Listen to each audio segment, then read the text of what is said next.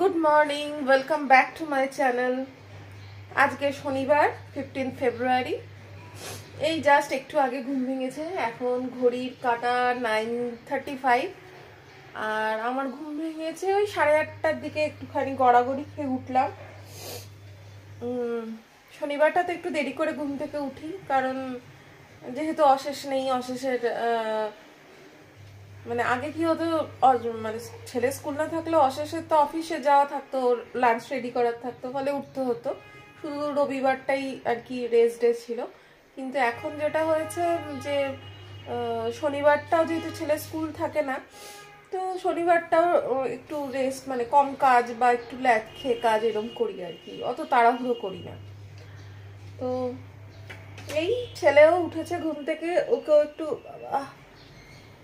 একটু ঘুমাতে দিলাম। ও বেচারাও খুব স্ট্রেসড, প্রচুর পড়াশোনার চাপ, পরীক্ষা চলে আসছে তো ব্রেনেরও একটু রেস্টের দরকার, এই আর কি। আর কি আজকে আশা করি আজকে ব্লগ আসছে, একটু পরে ব্লগ কাজকর্ম সেরে ব্লগ এডিট নিয়ে বসবো এবং পোস্ট করব। দেখা যাক আপনাদের কি আসে, আপনাদের তরফ থেকে কি আসে, মানে কি আসে বলতে আপনারা সেটাকে অ্যাকসেপ্ট করেন কিনা। এতদিন পর ব্লগ আপলোড করব, তো একটু টেনশনও হচ্ছে যে কি জানি, যা হবে দেখা যাবে, না হলেই বা কি, আমি তো এতদিন করিও নি, তাই না? তো আমার বকবক করার কাজ বকবক করি, তারপর আপনাদের উপর। চলুন আস্তে আস্তে দিনটা শুরু করি। একটু চাটাকে একটুখানি শান্তি মতো খেয়ে নিয়ে ব্রেকফাস্ট করে তারপর যেতে হবে পনির আনতে। একটু ভাবছি পনির করব, এছাড়া আছে ডাল আছে, শাক আছে, অনেক কিছু আছে। বেশি কিছু রান্না করার আজকে আর দরকার নেই, শুধু পনিরটুকু করলেই হয়ে যাবে। আর ওয়াশিং মেশিনও চালিয়ে দিয়েছি, কাছাকাছি চলছে, সেগুলো মেলাচেও। আজকে রঞ্জিতা আসবে না, তো যে কটা বাসন পড়েছে সে কটাকে মেজেও তুলতে হবে। কালকে আর মাজিনি, কাল আর ভাল লাগছিল না, কালকে অনেক কাজ করেছিলাম। আমার ভালো না লাগলে না খুব একটা কাজ করতে পারি না, মানে কাজটাও যেটা করি ভালোবেসে করি, যতটুকু করি ভালোবেসে করি, আর যখন ভালো লাগে না তখন ছেড়ে দিই। ও যেখানে আছে সেখানেই ছেড়ে দিই। এটা আমি আমার ছেলেকেও বলি পড়াশোনার ক্ষেত্রে, যে যে মুহূর্তে ভালো লাগবে না সেই মুহূর্তে স্টপ করো, কারণ ভালো না বেসে বা ভালো না লেগে কোনো কাজ করলে সেই কাজটা খুব একটা ভালো হয় বলে আমার তো মনে হয় না। তাই আমি সবসময় চেষ্টা করি ভালো লেগে বা ভালোবেসে যতটুকু কাজটা করা যায়। আর যখন সেটা আমার প্রবলেম মানে হয় না, সব সময় তো আর হয় না, তো তখন মনে হয় দূর পরে হবে, ও এখন থাক, যখন ভালো লাগবে বা সময় হবে করে ফেলবো, তো এখন করবো না। কারণ চুপচাপ হয়তো বই নিয়ে বসে পড়লাম, ফোন দেখতে বসে পড়লাম, বা ঘুমিয়েও পড়লাম, এরকম আর কি। তো চলুন আস্তে আস্তে দিনটা শুরু করি। চাটা খেয়ে নিই একটু নিজের মতো করে, তারপরে। এখন ঘড়ির কাঁটা 11:30টার দিকে, এখনো কিন্তু রান্নাবান্না শুরুই করিনি। অন্যদিন এই সময় আমার রান্নাবান্না হয়ে যায়, হয়তো ভাতটা বসাই বা একটা তরকারি হয়, কারণ হচ্ছে যে রঞ্জিতা আসবে না, তাই ধীরে সুস্থে গড়িয়ে কাজ করছি। এখন ম্যাম এসছে, বেঙ্গলি ম্যাম, ম্যামকেও চা করে দিলাম, আমি 1 কাপ চা নিয়ে বসেছি। এই চাটা শেষ করব, করে তারপর রান্না হয়ে যাব। রান্না বেশি নেই, আলু মটরশুঁটি দিয়ে একটা পনিরের তরকারি হবে, দুবেলা হয়ে যাবে রুটি দিয়ে, ভাত। আর কালকে তো শাক ভাজা আছে বললামই, শাক ভাজা আছে, অল্প একটু সোয়াবিনের তরকারি আছে। কাল সোয়াবিনটা খুব একটা ভালোও হয়নি, যাই হোক যেটুকু আছে খেয়ে শেষ করে ফেলতে হবে। একটু আলু ফুলকপির তরকারি আছে, একটু ডাল আছে, সব অল্প অল্প করে আছে। তো দেখা যাক কি করি, ভাত খাই না রাত্রিরে রুটি খাই সেটাও একটা বিষয়। রাত্রিরে রুটিও খাওয়া যেতে পারে, ভাতটা একটু বেশি করে রাখলাম, তাহলে এই ডাল টালগুলো উঠে যাবে। কোনো কিছু ফেলতে বড্ড মায়া লাগে, এখন যা জিনিসের দাম, বাপরে বাপ। তো চেষ্টা তো করি না ফেলার, যতটা সম্ভব না ফেলার, তাও মাঝে মাঝে হয়ে যায় আর কি। দেখি ভাতটাই একটু বেশি করে করে ফেলি, তাহলে রাত্রিরেও হয়ে যাবে। রাত্রিরে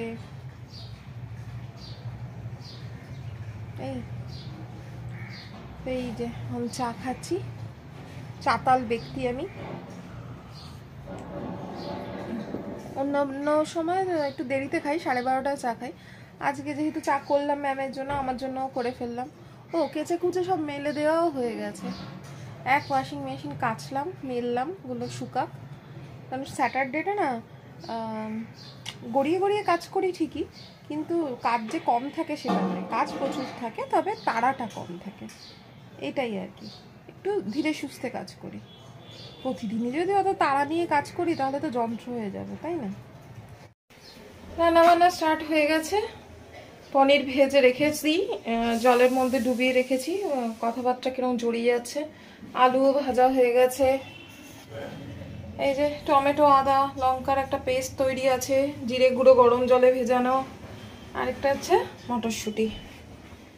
এবার টপাটপ শুধু ফোড়নটা দিয়ে রান্নাটা করে ফেলবো আর ভাতটা করবো, তাহলেই হয়ে যাবে। রান্নাটা হওয়ার পর দেখাবো তোমাদের। কী বা দেখাবো, পনিরের তরকারি। আর ভাতটাও বসাবো, হাঁড়িটা মাজতে হবে, কারণ অত বড় ধুমসো হাঁড়িতে বসাবো না, অল্প চাল। ছোট হাঁড়িটাতে কাল করেছিলাম, ওটা আবার মেজে নিতে হবে। এই আর চলছে চলছে ছোটো নুন। এই যে এখন চলছে পেয়ারা কাটা, এখন ছেলেকেও পেয়ারা। দেখো পেয়ারাটা এই কারণেই ক্যামেরাটা অন করলাম, পেয়ারাটা কি সুন্দর ভেতরে লাল লাল। আগে সেই কাশির পেয়ারা বলতাম, বেনারসে গিয়ে পেয়ারা খেয়েছি, সত্যি খুব সুন্দর ওখানকার পেয়ারা। জানি না এটা কাশির পেয়ারা কিনা, তবে পেয়ারাটার ভেতরটা এরকম লাল লাল। দেখি খেয়ে এবার দেখি কেমন, কিন্তু দেখে ভালো লাগলো। ছোটবেলায় এই পেয়ারাগুলো কিন্তু অ্যাভেলেবেল ছিল। আর বেনারসে গিয়ে একদিন পেয়ারা খেলাম, তো খুব সুন্দর টেস্ট, মানে এখান এত টেস্টি পেয়ারা এখানে পাওয়া যায় না নর্মালি। তো এখন ছেলেকে আবার তো বলছি, ভীষণ তো বলা আমার স্বভাব। ছেলেকে পেয়ারাটা একটু টেস্টি করে করে দেবো। একটু চাট মশলা, একটু বিট লবণ, আর কি দেবো, গোলমরিচ, শুকনো লঙ্কা দেবো না, অম্বল হতে পারে, সারাক্ষণ বসে বসে পড়ে তো, শরীরটা খারাপ, সেই জন্য। ব্লগ নাকি আমার এরকম ডেসক্রিপশন? এটা এখানে ভিডিওতে আমার ছেলে আছে, তো সেই কারণেও বলছে। সেখানে এটাকে পেয়ারা মাখা বলা যায় না, পেয়ারাটাকে জাস্ট একটু চটপটি করে খাওয়া, মুখের স্বাদ করে খাওয়া, ব্যাপার। ভাত হয়ে গেছে, হয়নি, ভাত ফুটছে, সব ভুলভাল বলি মাঝে মাঝে।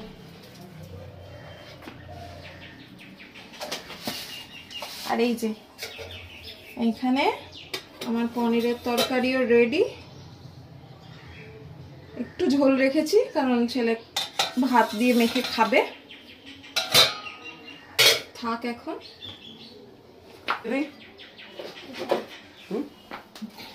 আরো ফিল্মিং করবে। আর এই যে এখানে দিচ্ছি, আরো ফিল্ম করছি। কেন এতদিন পরে ব্লগ করছি? এই যে গোলমরিচ ব্লগ করছি।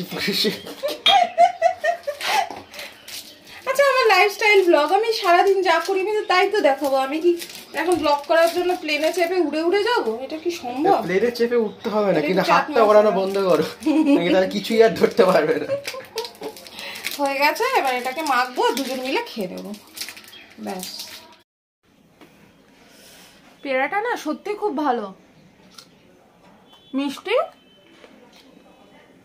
এটা মনে হচ্ছে এটা বেনারস থেকে এসছে, এটা এখানকার পেয়ারা নয়।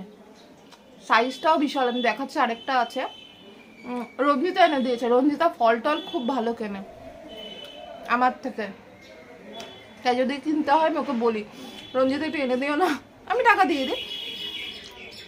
দুটো পেয়ারাতে 600 হয়ে গেছে, বড় পেয়ারা, মানে একটা পেয়ারা দুজনে খাবে। তো ইয়াম, খেতে খুব ভালো। তার সাথে চাট মশলা, বিট নুন, গোলমরিচ দিয়ে টেস্টটা আরো এনহ্যান্স করেছে।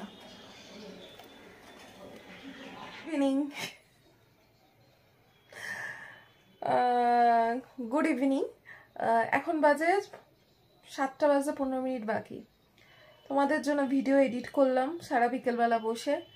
এই জাস্ট ভিডিও আপলোডে বসিয়েছি ইউটিউবে, বসিয়ে এখন তার মধ্যেখানে চাটা করা হয়ে গেছে, দিয়ে চাটা করে এই আমি আর ছেলে মিলে চা খাচ্ছি। যেখানে ছেলেও বসে আছে, কোথায় এই যে আমার জন্য তো ভালো লাইটিং, ভালো দিকে লাইটটার জন্য ইয়ে হচ্ছে।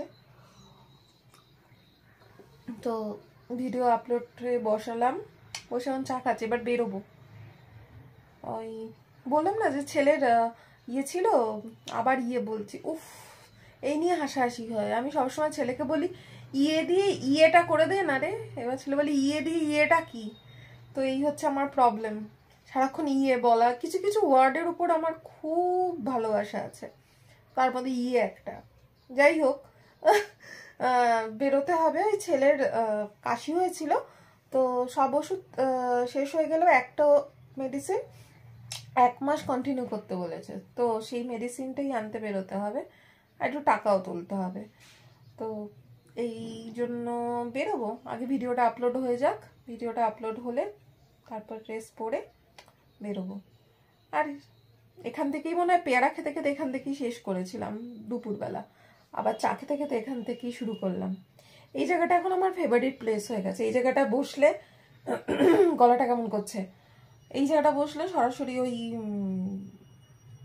দরজাটাও দেখা যায়, সবাইকে দেখা যায় আর কি। তো এই জায়গাটা ফেভারিট প্লেস হয়ে গেছে। আর এই কাপটাও একই আছে এখনো, তোমরা যে কাপে চা খেতে দেখতে এখনো সেই কাপেই দেখছো, ভাঙেনি। আমার হাতে খুব একটা চা হয়, কাপটা ভাঙে না। তো চাটা খেয়ে নিয়ে বেরোই। রাস্তায়, দমদমের রাস্তায় এখন ব্লগিং করা যায় না, এত ভিড়, এত লোকজন, মানে গায়ে গা লেগে যায়। পাশাপাশি দুজন হাঁটা যায় না, এরকম অবস্থা। তাহলে গায়ের উপর দিয়ে রিক্সা বা গাড়ি চলে যাবে, মানে এতটাই বাজে। এই জাস্ট ফিরলাম আমি। রাস্তায় আর ব্লগিং করিনি, ওই একে ভীষণ, এক তো অন্ধকার রাস্তাটা, আর দ্বিতীয়ত গাড়ি ঘোড়া, ব্লগিং এখনও করবো, আস্তে আস্তে হ্যাবিচুয়েটেড হব। তো আজকে আর কিছু দেখানোর মতো নেই, বুঝলে। আজকে ব্লগটা এখানেই শেষ করি, আবার পরে দেখা হবে, কালকে হয়তো দেখা হবে। ততক্ষণ পর্যন্ত tata, good night and stay blessed.